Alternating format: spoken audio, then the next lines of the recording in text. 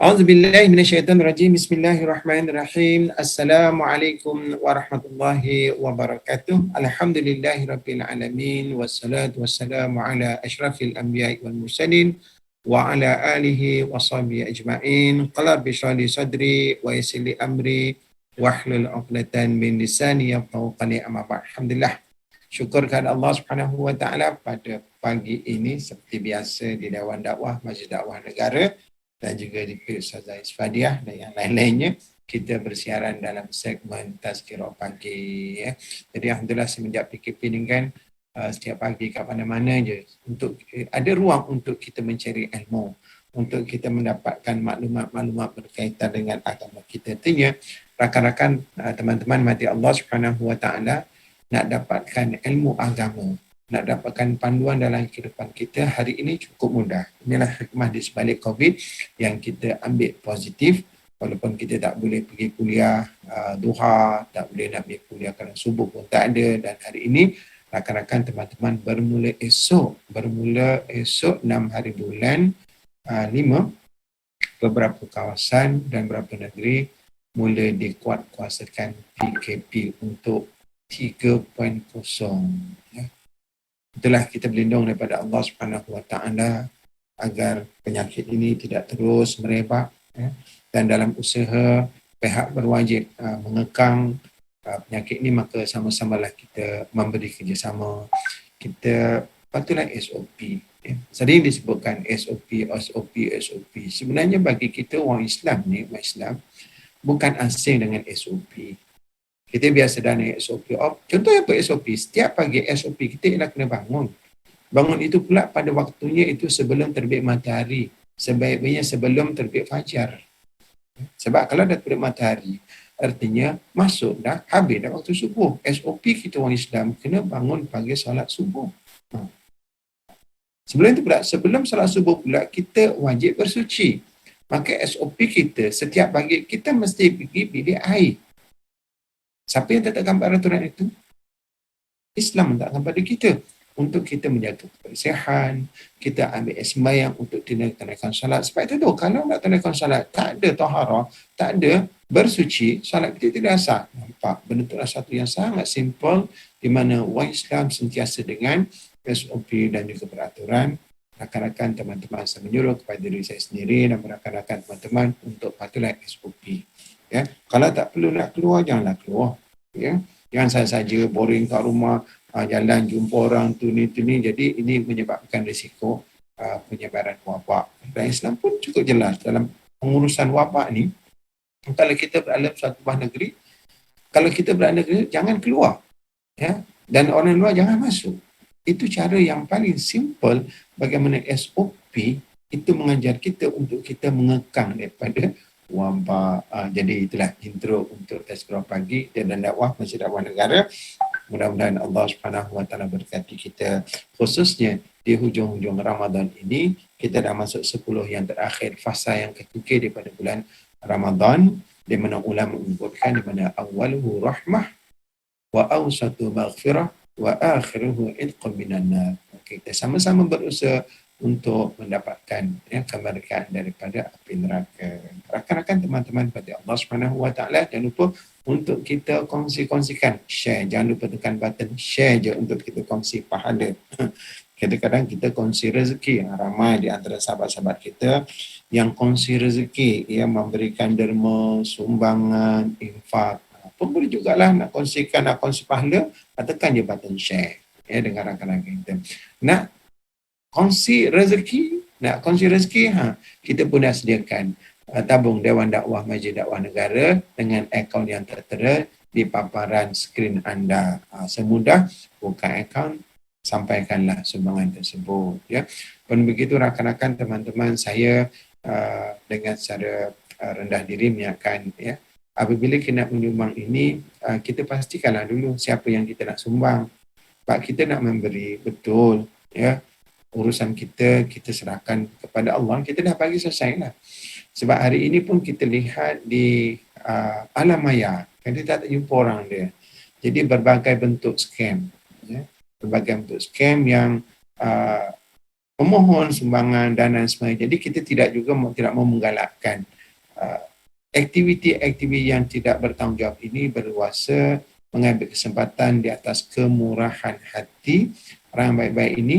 Mereka menyalahgunakan, ya, kemurahhatian kita, akhirnya mereka gunakan untuk kepentingan yang tertentu saja, bukan sebagaimana yang dinyatakan. Jadi kena pasti siapa kita nak sumbang. Kalau ada nama akaun tu kita pastikan mereka siapa, dan kalaulah kita yang memohon sumbangan, kena terus teranglah nyatakan sebagaimana Dewan Dakwah kan. Kita bagi nombor akaun dan kita penerangkan Dewan Dakwah macam Dewan Negara tujuannya untuk apa?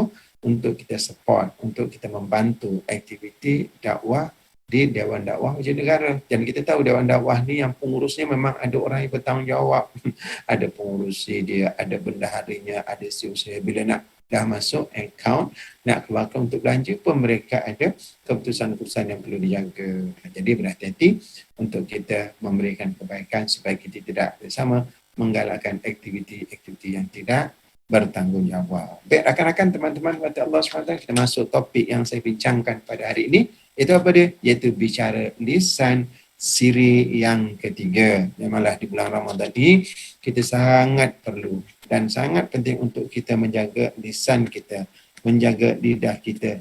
Jangan kita berkata-kata dengan sesuatu yang tidak baik. Nabi sebut dalam bacaan puasa ni, malam yada qaula zuri wal amala bihi falaysa li hajatun bi an yada'a ta'amahu wa syarabahu.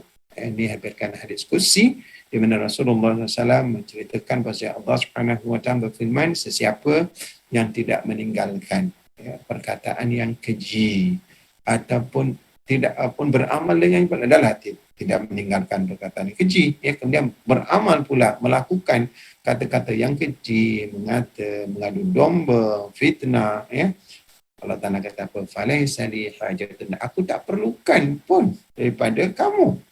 Tak perlukan daripada kamu nak tahan puasa, nak makan nahan daripada makan dan minum dan juga menahan daripada hawa nafsunya. Kerana tak ada maknanya dia berpuasa tapi melakukan perkara-perkara yang kecil, perkataan-perkataan yang tidak baik. Jadi itulah spirit ataupun semangat daripada berpuasa itu ialah kita nak jadi baik. Jadi nak jadi baik itu bukan sekadar kita nak tahan daripada makan minum, tetapi kita nak tahan hawa nafsu kita, syahwat kita, perkara-perkara yang batalkan puasa kita. Baik, yang ketiga, bicara lisan kita ialah berkaitan dengan apa dia? Mulut ini jangan digunakan untuk berbicara tentang kebatilan dan kemaksiatan. Jadi inilah penyakit lidah, bahaya lidah, di mana kalau kita tidak kawal lidah kita, kita akan gunakan untuk bercakap tentang perkara-perkara yang batil dan juga maksiat. Suka sangat cerita pasal perempuan lah, cerita pasal perkara-perkara yang lucah, bercakap dengan perkara-perkara yang sensasi, bercakap perkara-perkara yang boleh menimbulkan fitnah. Kita nampak je terus kita pun viralkan.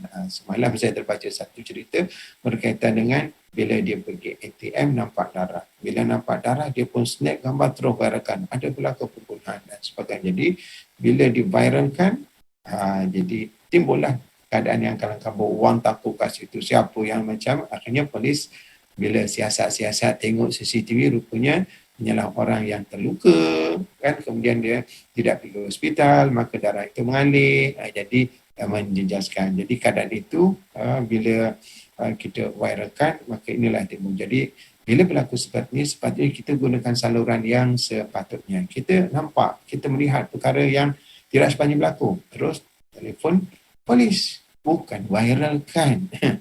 Itulah dalam sebelum ni kita bicarakan tentang viral ini, Jadi tidak semestinya perkara yang betul itu kita kongsikan, Tetapi kita fikirkan apakah implikasi perkongsian yang kita lakukan, Contohlah rakan-rakan teman-teman hari ini, kadang kita suka sangat share, memanglah kita mendapat kebenaran untuk rentas negeri contohnya.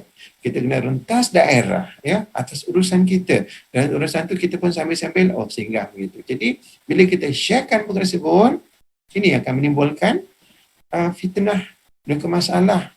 Kenapa dia dapat kebenaran? Kenapa orangnya tak kebenaran? Kebenaran untuk rentas untuk tujuan yang lain. Tetapi dia gunakan kebenaran itu untuk perkara yang lain. Maka timbullah rasa tidak puas hati di kalangan masyarakat. Kenapa dia boleh? Kau tak boleh. Sepatutnya kena sama saja.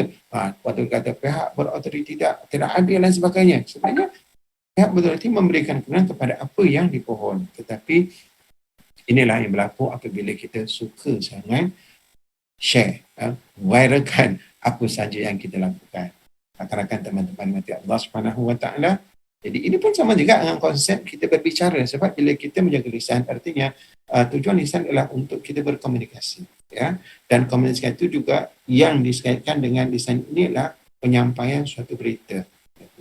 Kita panggil apa? Lisanul hal, perbuatan kita. Dengan perbuatan itu dia kadang lebih jelas daripada apa yang kita perkatakan. Justru itu rakan-rakan teman-teman mati Allah Subhanahu Wa Taala, perkara ketiga dalam bicara lisan ini yang perlu kita perhatikan ialah apakah yang kita perkatakan. Jadi jangan kita berbicara dengan satu perkara yang batil dan juga perkara yang maksiat. Jadi bagi yang rakan-rakan berada di Dewan Dakwah ni, memang saya yakin semuanya memang tip-top baik-baik belaka. Dia tak akan cerita perkara-perkara yang batil.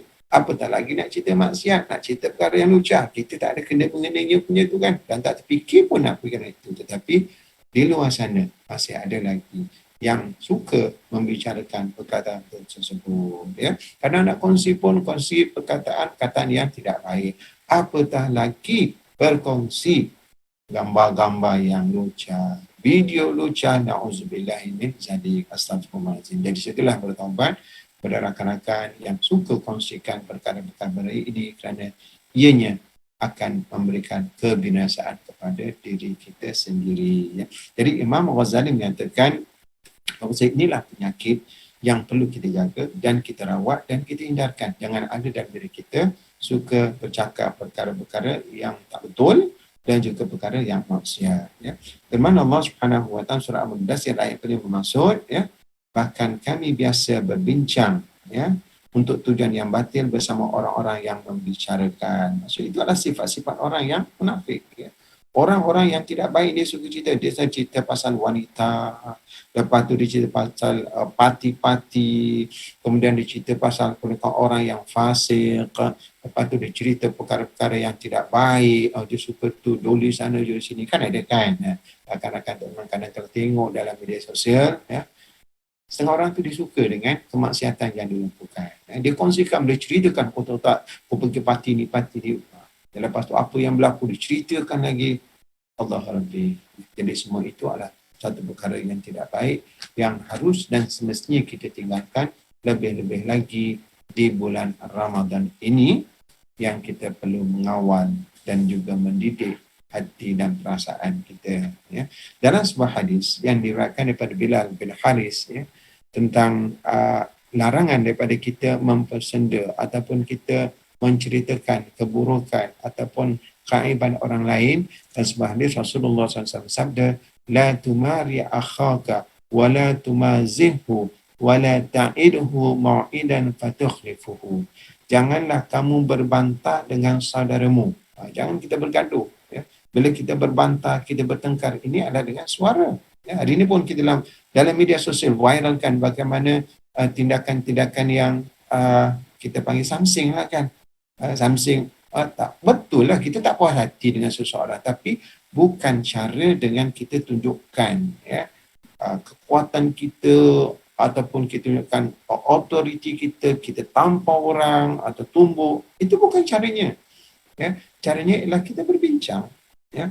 Kalau ada silap, kita maafkan kesilapan dia. Kalau dia melakukan sesuatu yang betul, kita tegur dia dengan cara yang baik. Walaupun ianya bukan Islam ke, orang warga asing ke, Islam memang cukup cantik mengajak untuk menghormati sesama manusia walaupun bukan Islam. Selama mana dia orang yang melakukan kebaikan, dia tidak melakukan permusuhan kepada Islam, maka kita kena tunjukkan sikap-sikap yang baik dan membetulkan itu dengan cara yang baik, bukan dengan kata-kata kesat ataupun kata-kata keji ataupun kata-kata menghina, apatah lagi melarat kepada kita menggunakan fizikal, kita menampar, kita memukul dan sebagainya. Ini sangat dilarang dan bukan etika orang Islam, ya. Dan janganlah kamu bergurau dengannya, bergurau pada gurauan yang boleh menyakitkan hati dan perasaan dia. Kau ni memang orang pendek-pendek macam tu lah. Kau ni memang mulut becok, kalah mulut murai. Depan orang ramai. Jadi benda yang tidak baik itu menjadi suatu gurauan. Yang itu memang dilarang. Dan janganlah kamu mengucapkan suatu janji kepadanya lalu mengingkari. Ini adalah sifat-sifat munafik bila bercakap. Dia mengingkari, dia tidak menepati. Ya. Jadi kalau kita memang ada janji, tiba-tiba tak dapat, kita maklumkan balik. Jangan senyap je. Contohlah kita janji, InsyaAllah tengah hari ni kita jumpa ya pukul 2 petang. Okey, sampai 2 petang, dia ada urusan tak selesai. Senyap aja tak bagi tahu, tak update pun. Ini memang satu sikap yang tidak baik. Kawan sana dah tunggu dah ni. Manalah dia tak datang. Mungkin dia dah ubah arrangement dia, petang sepatutnya ada meeting. Bila kita nak jumpa, okey dia cancelkan meeting sepatutnya kita datang. Jadi dia memungkiri janji, ya.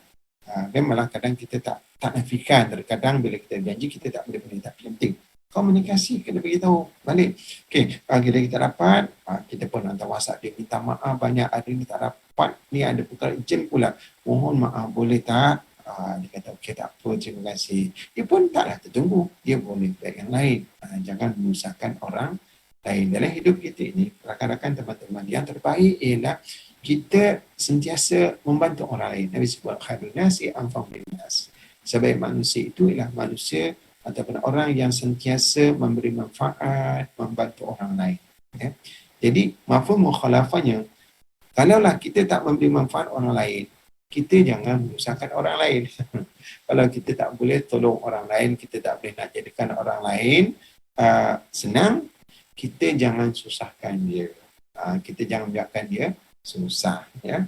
Jadi, dan rakan-rakan teman-teman mati Allah Subhanahu Wa Taala dalam bicara lisan kita, yang ketiga, kita jaga lidah kita, percakapan kita, tutur kata kita, sama ada secara lisan atau tulis, daripada berbincang, bercakap perkara-perkara yang batil, yang tidak betul, dan juga perkara-perkara yang maksiat. Ya. Kalaulah kita mungkin tercakap kita silap, ya, kita rendah diri je.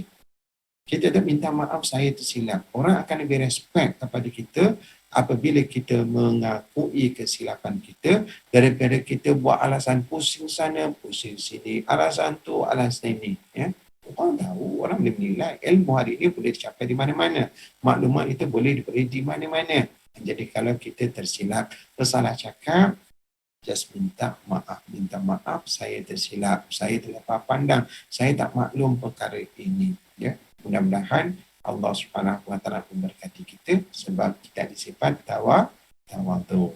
Jadi kalau orang yang sombong, orang yang tinggi diri, yang susah nak mengakui kesilapan, dia tak nak mengaku. Dia tetap tegakkan benang yang basah. Walaupun terang-terang benda itu salah, tetapi dia tetap nak tegakkan benang yang basah. Memanglah benang basah itu dia tidak boleh dibatalkan, tak boleh tegakkan. Biar rakan-rakan teman-teman mati Allah Subhanahu Wa Taala, sebuah hadis Rasulullah sallallahu alaihi wasallam sabda, man tarakal mira'a wa huwa muhiqqun banallahu lahu baitan fi a'la jannah wa man tarakal mira'a wa huwa mubtilun banallahu lahu baitan fi batnil jannah. Maksudnya, barang siapa yang meninggalkan perbantahan sedang dia benar. Tengok, sesiapa yang meninggalkan bertengkar walaupun dia betul, maka Allah akan membina baginya sebuah rumah di bukit syurga. Allah Rabbi, Masya Allah. Dia benar, tapi dia tak nak bertengkar, dia tak nak berpala, dia tak nak kata, walaupun dia betul. Janji Allah akan membina baginya sebuah rumah di syurga. Dan barang siapa meninggalkan perbantahan sedang dia salah, maka Allah akan membina baginya sebuah rumah di lembah syurga. Kan? Siapa yang meninggalkan perbantahan sedang dia salah, maka Allah akan membina baginya sebuah rumah syurga. Artinya kalau dia betul, dia salah, dia tetap tidak mahu bertengkar. Dia salah, dia mengakui kesilapannya. Allah Ta'ala akan berikan kedudukan yang tinggi di akhirat nanti dengan apa? Dengan balasan syurga Allah. Masya Allah. Itulah rakan-rakan teman-teman mati Allah Subhanahu Wa Ta'ala menjadi pengajaran kepada kita dan kehidupan kita. Sebelum kita berbicara, sebelum kita bercakap sesuatu, kita kena fikir. Apakah faedahnya? Apakah implikasinya? Kerana dijadikan lisan ini tujuan dia untuk apa? Adalah untuk menyampaikan maksud. Dan maksud yang ada pada kita biasanya dia akan memberikan implikasi. Dan banyak ayat Al-Quran kalau kita bahas daripada sudut fiqh, di mana cara kita bercakap itu akan memberi implikasi. Contohnya dalam Al-Quran, wa aqimus salata wa atuz zakah, dengan menggunakan perkataan wa aqimus salat, fi'il amar. Aqimu, dirikan olehmu, as-salah akan sembahyang, wa atuz zakah, dan keluarkan zakat. Jadi rupanya penggunaan perkataan suruh ini memberi makna wajib. Wajib kita tunaikan solat dan wajib kita mengeluarkan zakat. Maka timbullah kaedah dalam itu dikata al-amru lil wujub. Al-aslu fil amri lil wujub. Asal pada surah itu adalah untuk kewajipan. Jadi implikasinya bila dia ada satu kewajipan, maka orang yang mendengar kita sebagai manusia, kita wajib untuk melaksanakan perintah daripada Allah Subhanahu Wa Taala. Nampakkan? Itu kalau daripada sudut syarak daripada Al-Quran. Begitu juga dengan kita komunikasi dengan kita sesama manusia. Contoh dia komunikasi antara seorang ayah kepada isteri dia. Ya. Jadi kalau bentuk arahan, maka selama mana arahan itu tidak bercanggah dengan syariat, maka isteri wajib taat. Kalau isteri tidak taat, di situ akan timbul implikasi. Implikasi dia apa? Iaitu nusyuz. Contoh dia. Kepada seorang anak, arahan yang diberikan oleh ibu dan ayah. Seorang ibu, seorang ayah bercakap kepada anak dia. Dalam bentuk suruhan. Ya. Bila dalam bentuk suruhan, contoh, abang ambilkan barang tu, abang mengaji, abang solat. Tiba-tiba anak itu tidak patuh dengan arahan ibunya. Tidak patuh dengan arahan ayahnya. Implikasinya apa? Implikasinya adalah jadi satu kesalahan. Ya? Tidak taat kepada ibu dan ayah. Tetapi kalau kita ubah laras bahasa kita, ya, daripada menyuruh kepada minta tolong. Bang, tolong ambilkan. Jadi bila minta tolong, ambilkan, kita meminta, bukan bentuk arahan. Ya? Dan di situ ada ruang untuk anak tadi untuk bercakap balik. Ataupun kita berbincang. Contohnya, abang, adik, apa pandangan abang, apa pandangan adik, kalau hari ini berbuka puasa, kita masak sama-sama. Kan berbeza dengan kita, abang ni pergi masak hari ni, ayah nak tengok je, abang, adik masak. Jadi itu dalam bentuk arahan. Dan satu dalam bentuk perbincangan. Jadi Islam mengajar kita, mengajak untuk sentiasalah urusan kita berbincang. Jadi berbincang itulah kita dah akan dapat menerima pandangan dan kita memberi pandangan kepada orang lain. Akhirnya rakan-rakan teman-teman nanti Allah Subhanahu Wa Taala di sinilah melihat betapa cantiknya Islam. Daripada sudut tutur kata, bukan sudut yang lain.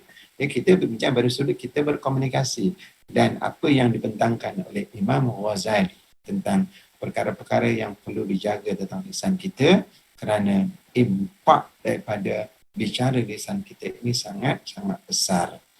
Dalam pepatah Melayu menyebutkan, telajak perahu boleh kita undurkan, telajak kereta kita boleh ghostan, tapi kalau telajak kata, buruk dah, ya, ataupun binasa buruk apa ni, implikasinya kita susah nak tak balik. Kawan tu dah terasa hati, kawan tu dah salah faham, kawan tu terkadang macam-macam lagi perkara yang tidak sepatutnya. Justru itulah rakan-rakan teman-teman mati Allah Subhanahu Wa Taala di dalam kehidupan kita, bila kita berbicara, pastikan kita tidak bercakap perkara-perkara yang batil, perkara-perkara yang tidak betul dan juga perkara-perkara maksiat. Ya? Dan lebih parah lagi lah kalau kehidupan kita ini dengan perkara maksiat, kita mengadu domba. Kita menyebabkan orang lain bergaduh. Kau tahu tak sebulan dulu kau dikata kau kat belakang. Tahu? Kau tahu tak sebulan tu kat belakang dia tikam kau tahu. Kau tahu tak ni enggak? Dia menjadi batu api. Ya? menjadi batu api antara dua orang sehingga dia bergaduh. Ataupun dia mengumpat, ya, menceritakan keburukan orang lain. Ya. Jauh lagi kan. Bahayanya besar lagi sekiranya dia memfitnah. Jadi fitnah ini maksudnya kita menceritakan sesuatu yang tidak betul berkaitan dengan sesuatu dengan orang lain. Jadi fitnah lah. Kalau kita cerita perkara yang betul, betul ni aku nampak sendiri dengan mata kepala aku ni. Aku rasa tak tahu lagi aku pakai mata lagi. Jelas nampak. Jadi bila kita cerita di belakang, jadi dia menjadi mengumpat. Kalau kita cerita depan-depan dia, dia kata jadi mengkecil dan mencela di hadapan dia. Jadi nampak. Jadi sebab itulah kita perlu jaga lidah kita, kita menjadi jaga percakapan kita. Benarlah sabda Rasulullah SAW, tuba liman amsakal fadla min lisanihi wa anfaqal fadla bimalihi. Beruntunglah orang yang menahan lidahnya daripada berkata yang sia-sia, al-fadlah yang lebih-lebih yang sia-sia, dan dia membelanjakan perkara yang lebih daripada hartanya. Jadi rakan-rakan teman-teman nanti Allah Subhanahu Wa Taala, jom di bulan Ramadan mulia ini kita tahan lidah kita, kita jaga percakapan kita. Kalau kita marah macam ni, kita sabar sikit. Kalau kita geram macam ni, kita tarik nafas. Ya. Kemudian kita ingat kita berpuasa. Kalau orang marah-marahkan kita, kita tunduk dan kita ingat, ini sa'im, aku berpuasa. Ini sa'im. Itu menjadi sumber kekuatan kepada kita untuk menahan diri daripada berkata perkara-perkara, perkataan-perkataan yang tidak baik. InsyaAllah kita akan selamat dunia dan di akhirat. Setakat dulu untuk pagi ini, tazkirah pagi di Dewan Dakwah Majlis Dakwah Negara. Sekali lagi saya ajak rakan-rakan teman-teman untuk kongsi-kongsikan perkongsian pada pagi ini agar dakwah sentiasa sebar bersama dengan Dewan Dakwah Majlis Dakwah Negara, dan juga bolehlah kongsi-kongsikan ya, rezeki yang Allah Ta'ala anugerahkan kepada kita melalui tabung dakwah Majlis Dakwah Negara untuk kita support kepada aktiviti dakwah dan juga membantu mereka-mereka yang memerlukan ya. Dan yang benar itu daripada Allah Subhanahu Wa Taala, yang salah dan silap pada kelemahan saya sendiri. Sekian dulu, aqulu qali hadza wa astaghfirullah al-azim li wa lakum wa billahi taufiq wal hidayah. Assalamualaikum warahmatullahi wabarakatuh.